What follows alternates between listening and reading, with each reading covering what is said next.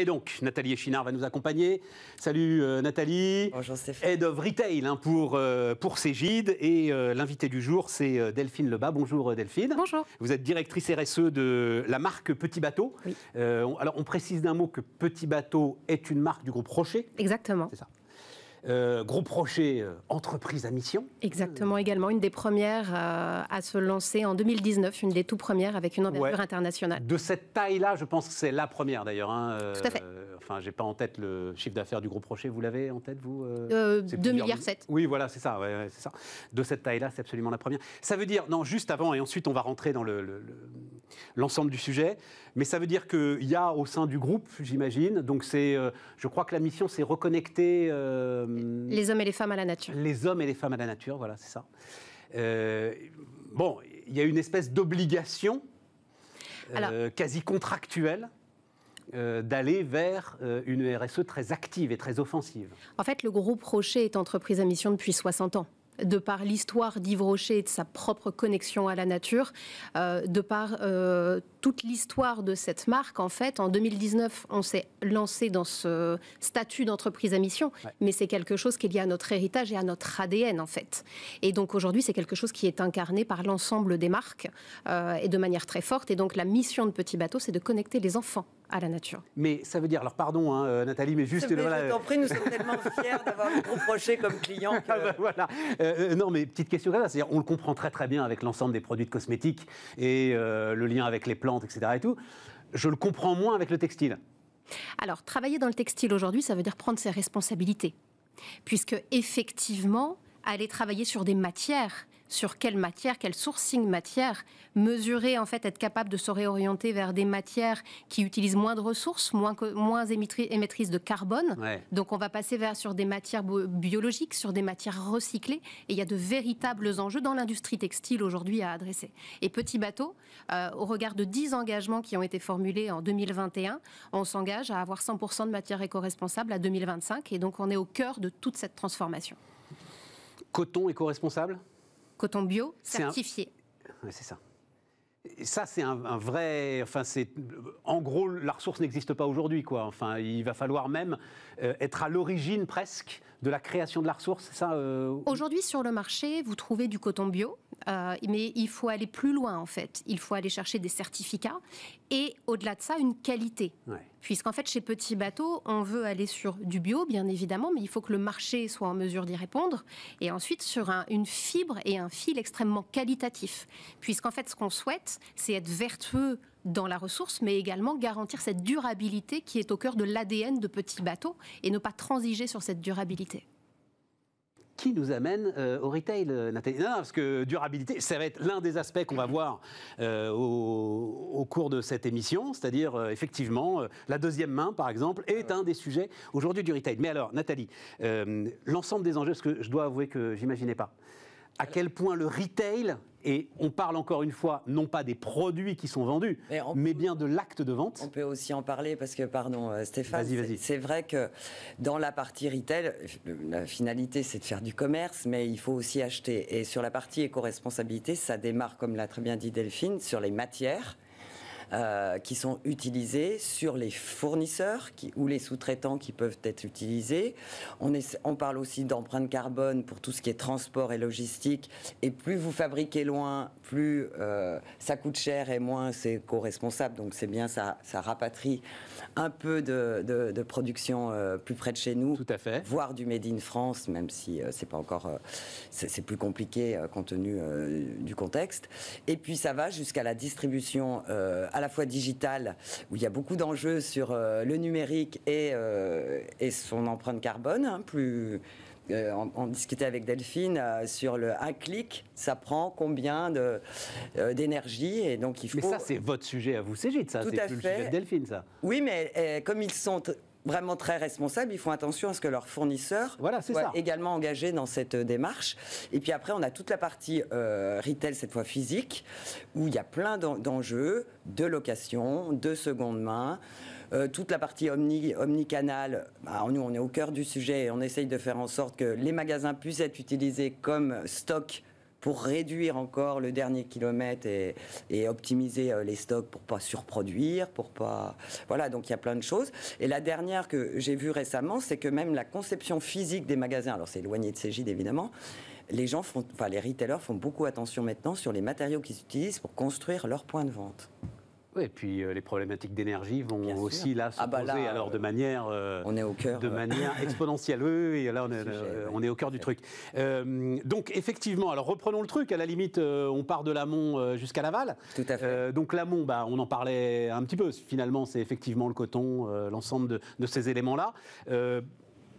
Qui sont plus industriels que retail. Ce sont des enjeux industriels, ce ne sont pas vraiment des enjeux retail. Là, bien sûr, mais on a aussi des ERP pour le fashion qui gèrent la sous-traitance, donc on est aussi au cœur de ça. Et quand on voit des clients comme Petit Bateau, qui est historiquement de Troyes, qui est une zone, une région française qui est un berceau de l'industrie textile, absolument.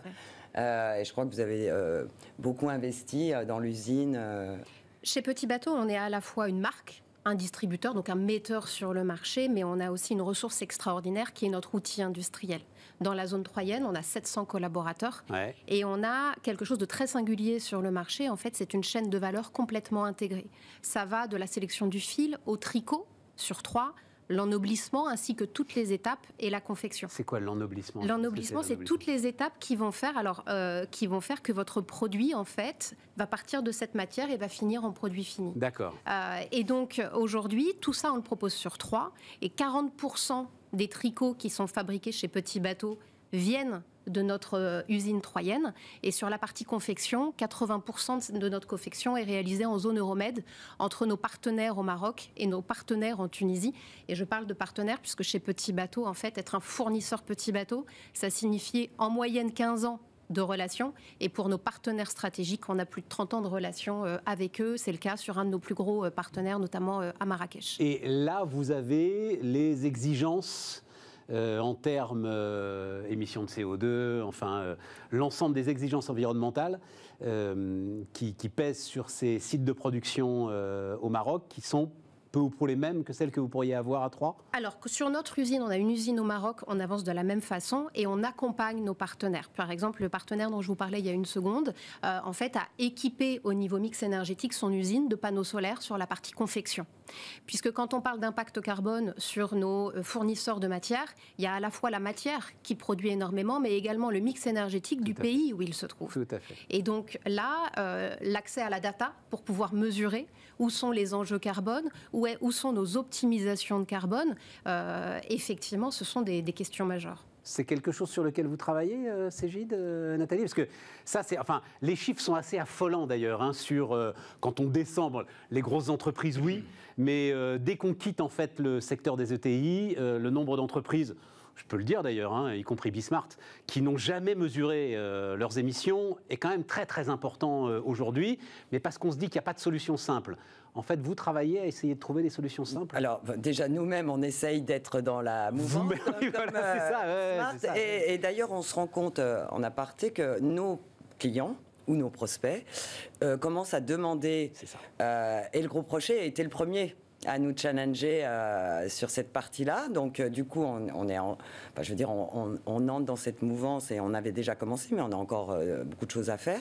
Donc, si demain, on veut continuer à être des partenaires fournisseurs de groupes comme Rocher, il va falloir aussi s'intéresser au sujet. Après, dans les applications elles-mêmes, nous, on fait tout pour essayer d'optimiser la production, de les aider à optimiser leur stock, leur matière première. C'est une déclinaison de ça. Après, donc, effectivement, sur la partie magasin, on voit arriver beaucoup de choses, notamment, vous l'avez parlé, la seconde main. Et en fait, la seconde main, soit les consommateurs, ils se le font tout seuls avec Vinted, soit on voit qu'il y a certaines marques maintenant qui génèrent leur propre business autour de la seconde main pour pouvoir recycler les produits qu'ils ont vendus, permettre à d'autres consommatrices aux consommateurs. Oui, mais là, Nathalie, vous sautez, parce que là, on partait de l'amont, on allait tranquillement vers l'aval, et là, vous sautez au-delà de l'aval, là. Nous n'avons pas toute la journée. Oui, on a encore le temps. Et puis, en l'occurrence, ça, on va le voir avec la start-up, justement, qui nous accompagnera tout à l'heure.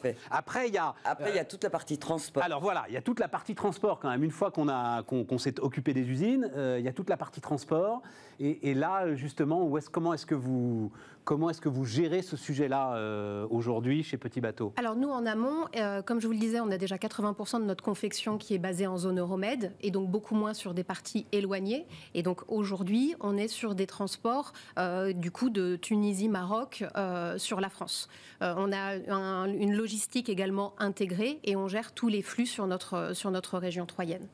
Et maintenant, Logistique intégrée. En fait, on gère nous-mêmes toute notre logistique sur un site en région troyenne, à Buchères. Mais ça veut dire tout ce qui est la confection Petit Bateau, on va dire ça, tout ce qui est produit pour Petit Bateau, oui, est transporté par Petit Bateau? Non, pardon, c'était la plateforme. La plateforme, d'accord, voilà, c'est ça, une plateforme. Pas de transport. Maison du Monde est venue nous raconter combien, et c'était absolument passionnant, une logistique qui était totalement intégrée. En même temps, eux, ils transportent aussi des trucs parfois un petit peu, un petit peu compliqués. Mais il y avait là des gains d'efficacité très très intéressants. Mais en revanche, pour rester du coup sur cette plateforme que l'on opère nous-mêmes, quand on va adresser les enjeux de circularité et de ces nouveaux business que sont la seconde main, la location, il faut pouvoir transformer et accompagner le flux reverse de sa logistique. Ouais. Et le fait d'opérer soi-même sa plateforme logistique, ça permet d'accompagner ces transformations de modèles d'affaires. Ok, et ensuite, on va aller dans les boutiques et dans les magasins. C'est là où ça se joue. Et là, alors, qu'est-ce qui se passe? Comment est-ce que vous essayez d'optimiser les choses? D'abord, Petit Bateau, la distribution de Petit Bateau, c'est boutique en propre, c'est grande surface, moyenne surface? Alors, sur la France, on coche toutes les cases. Toutes les cases. Voilà, donc on est à la fois sur des boutiques en propre, des partenaires franchisés en wholesale et des grandes et moyennes surfaces. Ouais. Si on focus particulièrement sur les magasins que l'on opère nous-mêmes, à nos succursales, on va adresser en fait ce qu'on va appeler l'éco-conception des magasins. Quand je parle d'éco-conception des magasins, ça va passer dans son exploitation au quotidien, c'est-à-dire des choses que moi, retaileuse, j'ai fait pendant des années, et bien on va s'interdire de le faire dorénavant. Donc c'est des choses toutes simples. Vas-y. J'éteins les lumières des vitrines, je ferme les portes. Pour arrêter de chauffer à l'extérieur. Mais pour tout retailer historique, en fait, il fallait avoir de la visibilité, ouvrir les portes. Et ces changements-là sont déjà des changements qui ont un véritable impact. On le mesure tout de suite dans la consommation d'énergie. Ensuite, quand on va parler en fait de consommation, c'est le suivi, commencer en fait par suivre nos consommations énergétiques par site, accompagner les équipes sur cette addition de bonnes pratiques qui vont faire la différence. Et si on va un cran plus loin, c'est quand on réfléchit à un nouveau concept, ce qui est le cas actuellement chez Petit Bateau, tout de suite, on va intégrer l'éco-conception dans la définition du modèle. C'est-à-dire qu'en fait, je veux pouvoir mesurer l'impact de mon mobilier. Je veux un mobilier qui soit durable, qui soit réparable. Et en fait, les cahiers des charges, en fait, sont définis bien en amont, justement pour être sur des magasins qui soient beaucoup plus vertueux, je ne dis pas parfaits, mais en tout cas dans une dynamique beaucoup plus positive. Et donc les magasins ont leur rôle à jouer dans cet éco-retail, si je puis dire. Vous venez de le concept en fait de seconde main au carré, c'est-à-dire c'est du mobilier de seconde main ou possiblement de seconde main qui va vous permettre derrière de vendre aussi des produits de seconde main. Tout ça est absolument passionnant. Hein. Alors après, on y met en éco-conception du mobilier, ça peut être une réutilisation. J'ai vu dernièrement dans un magasin en fait du mobilier qui était fabriqué à partir de vêtements recyclés, compactés. Donc, dingue. Il y a plein de choses qui se font aujourd'hui. La clé, c'est la mesure. Je dois pouvoir mesurer. Voilà. En fait, parce que quand on vous présente deux mobiliers, il y en a un, on me dit celui-là il est RSE, celui-là il l'est pas. Et je dis en fait, on va mesurer combien de ressources, quel est son indice de réparabilité et comment est-ce qu'il se recycle. Et si je vais plus loin... Et vous avez tous les outils aujourd'hui pour mesurer ça de manière efficace ? Alors tout ça, ça s'appelle des analyses de cycle de vie. Et donc, soit on a l'expertise, soit on va la chercher. Et donc là, sur un projet majeur d'un nouveau concept, on va aller chercher la ressource en externe pour mesurer l'impact de ce nouveau mobilier. Et ça, c'est au regard d'un magasin. Mais demain, cette éco-conception, c'est une philosophie. Au-delà du produit en tant que tel, il va falloir la réfléchir sur quand je fais une campagne de shooting photo, quelle est mon éco-conception? Quand je fais un site internet, comment je l'éco-conçois? Mais quelle histoire! Et donc, aujourd'hui, quand on a un département RSE, c'est en fait, on accompagne les métiers dans ce niveau de maturité. Il n'y a pas un moment où vous vous sentez un peu submergé par l'ensemble? Parce que là, vous tirez énormément de fils, et je pense parce qu'il y en aurait encore énormément à tirer. Et il n'y a pas un moment où on se sent submergé, où on se dit mais par où je commence? Parce qu'il y a tellement de choses à faire. Ah ben à un moment donné, on ne peut pas tout faire. Voilà, c'est ça. Donc on dit, je vais choisir ça. On va choisir.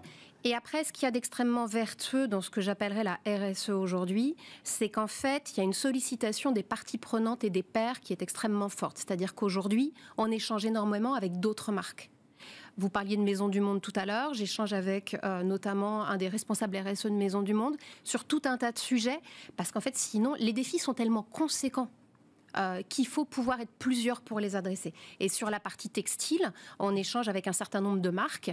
Quand on parle de la seconde main, nous, notre enjeu demain sur les produits qui ne sont pas revendables, c'est de pouvoir les démembrer pour les refaire du fil, refibrer, retricoter et refaire des produits. Ben là, on est en partenariat avec d'autres marques. Et donc, non, on ne se sent pas submergé, on se sent au cœur de l'action et on a envie d'embarquer un maximum de monde avec nous. Nathalie, où est-ce que vous intervenez dans l'ensemble de ce qu'elle vient de nous décrire là? Parce que c'est passionnant. Passionnant. Et on est un peu plus terre à terre. En tout cas, Cégide essaye d'apporter sa pierre à l'édifice. Comme je l'ai dit tout à l'heure, on a beaucoup d'outils qui optimisent les choses. Et à partir du moment où on aide nos clients à optimiser leur stock, leurs matières premières, on y contribue. Après, dans le retail, il y a beaucoup de choses, et notamment, il y a la dématérialisation des tickets ou des factures. C'est une loi qui arrive, mais on n'a pas attendu que la loi soit là pour le faire, puisque l'idée, c'est aussi de permettre de ne pas gâcher du papier, tout simplement. Donc, évidemment, ça fait longtemps qu'on dématérialise les tickets et les facturettes. Et au-delà d'économiser du papier, ça permet aussi de récupérer des données consommateurs, comme son email, par exemple, ce qui permet aussi, puisque la data, on en a parlé quelques fois ensemble. Après, je le disais tout à l'heure, le retail a beaucoup changé, notamment avec toute la partie omnicanalité. Et aujourd'hui, le magasin a changé. Il devient un mini-centre de logistique. Ouais. Et on doit profiter de ça, et donc les outils doivent le permettre, de pouvoir, au lieu d'aller recommander, refaire fabriquer ou aller chercher, même si c'est très près pour petits bateaux, d'utiliser, d'optimiser le stock qui est en place. Et quand il y a un retail physique qui est avec un bon maillage du territoire, évidemment, c'est plus facile. On a aussi des fournisseurs. On est dans le cloud, donc là, on en a parlé. Vous avez fait une émission avec Sylvain. Tout à fait. La précédente. Oui, tout à fait. Donc là, nos partenaires travaillent autour de la sobriété carbone plutôt que neutralité. Et donc, c'est vrai que quand on partage, bien sûr, des ressources informatiques à plusieurs, ça consomme évidemment moins. Donc, aujourd'hui, toutes nos solutions sont en SaaS et tous nos clients utilisent ça. Donc, on met aussi notre pierre à l'édifice. Et puis, on essaye aussi d'enlever les caisses physiques, en fait. Déjà, parce que c'est un frein un peu à la vente. C'est toujours un passage un peu obligé à la caisse. Et l'idée, c'est d'apporter des solutions mobiles aux vendeurs qui eux-mêmes peuvent apporter leur propre appareil. Comme ça, tant qu'à faire, il est utilisé, je parle de leur téléphone, évidemment, ils ne vont pas arriver avec leur caisse, et de permettre qu'ils puissent finaliser un certain nombre d'interactions avec le consommateur jusqu'à la vente, sans qu'il n'y ait plus de caisse physique dans le magasin. Et comme les magasins sont de plus en plus petits aussi, puisqu'on parlait d'éco-responsabilité, il y a aussi des gens qui se posent la question de réduire physiquement le magasin pour des questions d'économie d'énergie, Cégide a sa place là, puisqu'on propose des solutions qui permettent de faire ce qu'on appelle de l'extension de gamme. C'est-à-dire que quand vous avez un magasin plus petit, forcément, vous ne pouvez pas montrer tout l'assortiment. Du coup, le digital a sa place pour pouvoir présenter une collection dans un espace plus petit. Tout à fait. Voilà.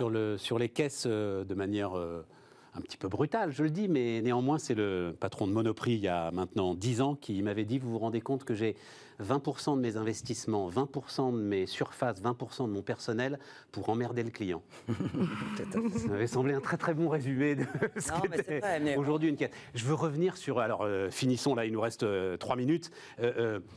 Votre histoire de démailler là et de refaire, ça veut dire, non mais attends, c'est un truc de dingue. Ça veut dire, parce qu'il faut récupérer, l'idée c'est que le consommateur petit bateau, il faut quand même qu'il aille vous rapporter le produit, c'est ça, donc il faut l'emmener en fait lui-même dans cet immense sujet d'économie circulaire. En fait, Petit Bateau a lancé une première application de seconde main en 2017. C'était une application de client à client. Et en 2021, on a accéléré et on a décidé en fait de lancer une proposition d'offre seconde main sur tous nos magasins français.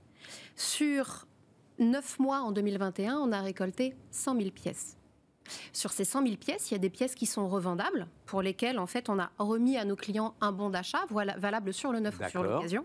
Et les autres pièces, on les conserve. Et ces pièces, en fait, elles ont vocation demain. On est en pleine recherche et développement. On connaît la qualité initiale du produit. C'est du produit Petit Bateau, on connaît la qualité du fil. Et donc, l'enjeu, c'est de réussir en fait à le démembrer, on appelle ça comme ça. D'où, je reviens au point d'éco-conception. Au plus mon produit sera monomatière, au moins il aura de points durs, au plus il sera facile en fait à déchiqueter en petits morceaux et ensuite à refaire du fil pour pouvoir refaire de fil en fil. Mon Petit Bateau me refait du Petit Bateau. Donc ça, c'est un peu le Graal. On n'y est pas encore, mais on est engagé sur 3 programmes de recherche, dont la plateforme européenne SCURT, qui est un programme à 3 ans pour réussir en fait cet enjeu. Et quand on parle d'économie circulaire, et l'idée, en fait, c'est de pouvoir boucler la boucle. Donc, on n'y est pas encore, mais les équipes sont complètement engagées. On va y aller justement dans la deuxième partie de cette émission. Merci Delphine. Merci beaucoup. Merci Delphine.